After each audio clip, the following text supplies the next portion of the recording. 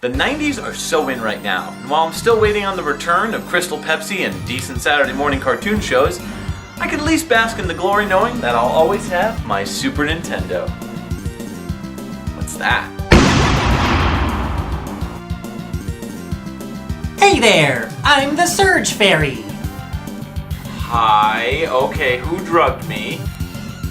You're not hallucinating? What's your glitch, dude? Don't you want to relive the glory days of the 90s like you never have before? Go back to high school and wait for the Coca-Cola guys to empty out the jammed up quarters that are in the Surge machine? No thanks, I'll pass. Nah, man, listen. Go grab your Super Nintendo controller and $1 and just... trust me. Alright. I mean, I'm already talking to inanimate objects, so what's the worst that could happen?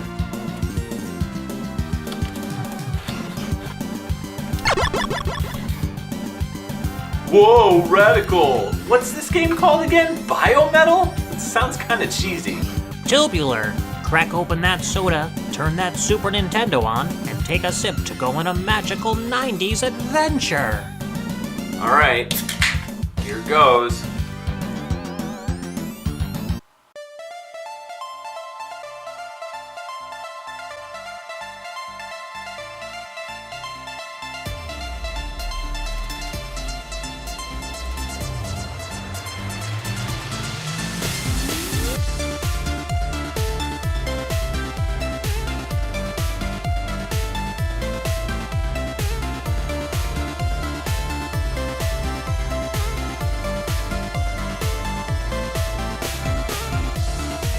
Wait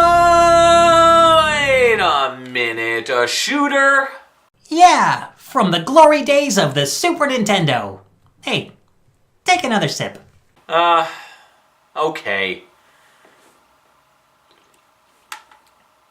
Wait! Whoa, stop. What?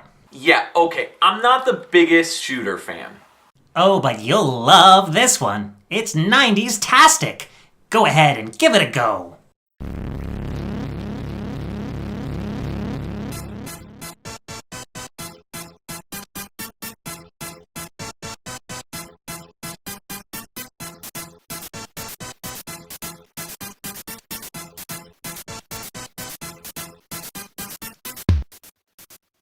Biometal was released for the Super NES back in 1993, and it is 100% a product of its time. Combining brutal difficulty with some rather intense protect and counter strategy, this game is an interesting addition to the shoot-'em-up foray. Not without its fair share of problems, this game is enjoyable, yet feels incredibly dated.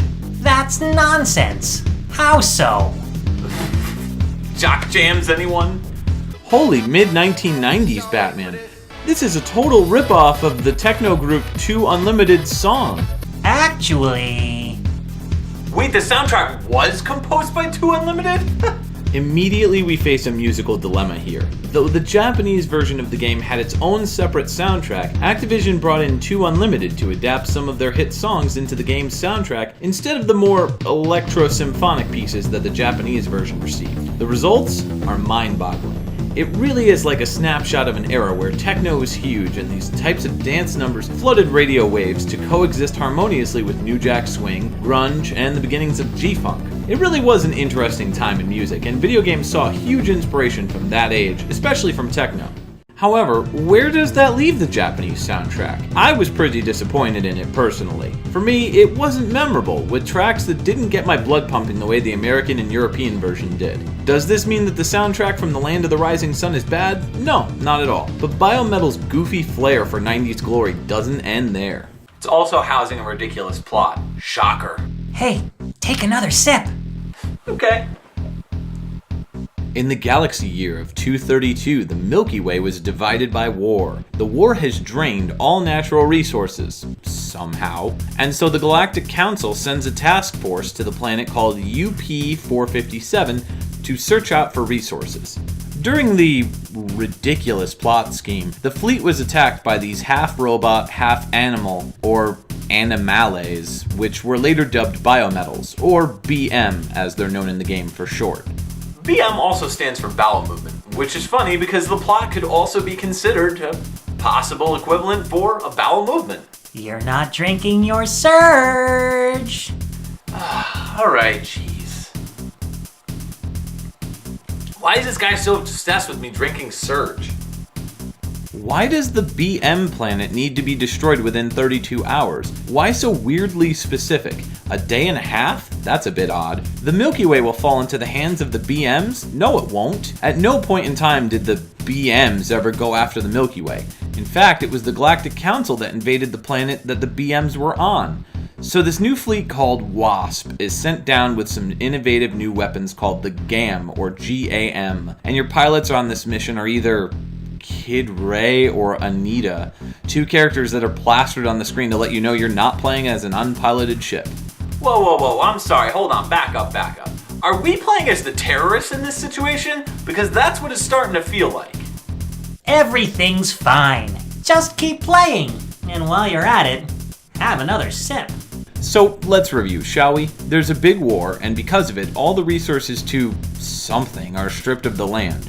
We send an invading task force in to see if we can get similar resources elsewhere, and are taken down by the inhabitants of the land that we invaded. So then we develop new weapons and head back. That's right, I hope you're happy, game. We're playing as the bad guys in this one.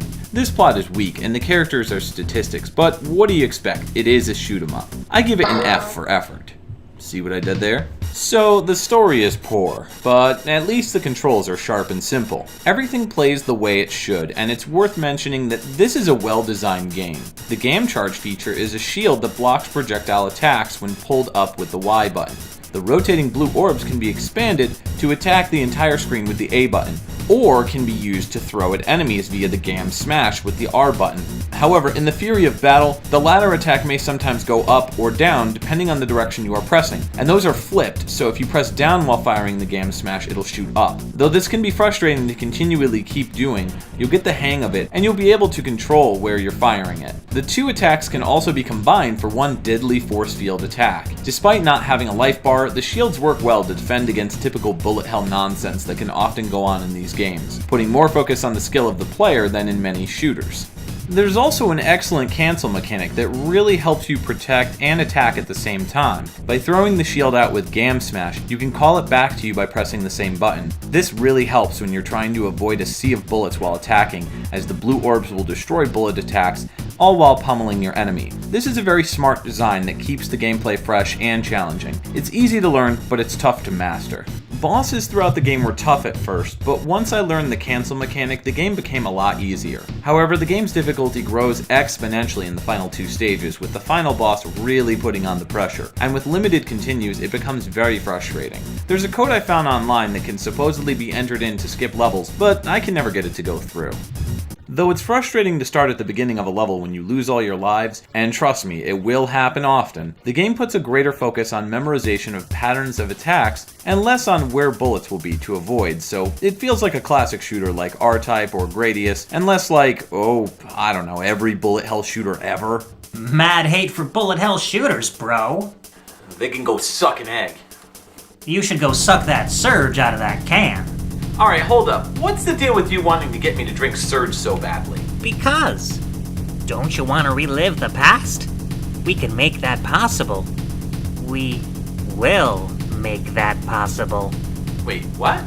Biometal was a blast to play through despite the atrocious story and cookie-cutter characters. Though a lot of this is excusable thanks to the game being a shooter, I found myself in a strange position of questioning the morals of the game's story. This serves as a flawed but interesting idea. I suppose it could have been better carried out in a different genre, but it doesn't completely cripple the fun factor. Bosses have varying difficulty, with later stages providing harder levels than bosses in many cases. I found myself wanting to go back and get better at the game, thanks to stellar game mechanics and simplistic but challenging methods that were worth my time. While it's a shame that I dislike both the English and Japanese soundtracks, I felt that the Euro-American workout music from 2 Unlimited set a better mood for the game than the moody Japanese version, but hey, that's my opinion. Do it! Come on! Take that last sip so we can relive the 90s together! I don't know if this is the Surge talking, but for once, I'm gonna take control of my own destiny. Sucker.